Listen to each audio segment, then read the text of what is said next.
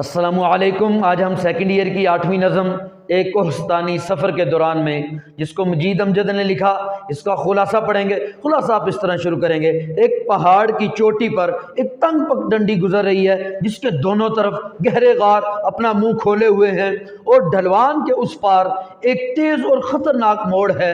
وہیں پر ایک بلند اونچا درخت اپنی شاخیں، اپنی ٹہنیاں جھکائے کھڑا ہے، جیسا کہ ایک نورانی فرشتہ اپنے پر تولے ہوئے، اپنے پر پھیلائے ہوئے کھڑا ہو، جس کو تھام کر، پکڑ کر بہت سے ڈگمگاتے ہوئے قافلے بڑی آسانی سے اس خطرناک موڑ سے گزر جاتے ہیں۔ وہ جھکا ہوا درخت، وہ پرانا بوسیدہ درخت سینکڑوں گزرنے والے مسافروں کی، سینکڑوں گرنے والے مسافروں کی مدد کرتا ہے۔ افسوس ان مغرور لوگوں پر جن کو ایک بوسیدہ اور جھکی ہوئی ٹہنی کا بھی منصب حاصل نہیں ہے۔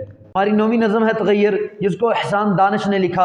اس کا خلاصہ آپ اس طرح شروع کریں گے: اے میرے دوست، میری اس بات میں کوئی شک و شبہ نہیں کہ زندگی مسلسل تغیر اور تبدیلی کا نام ہے۔ جو راتیں ہیں وہ صبح کی روشنی کے انتظار میں ہیں، ہر آواز خاموشی کی جدائی میں بے قرار ہے۔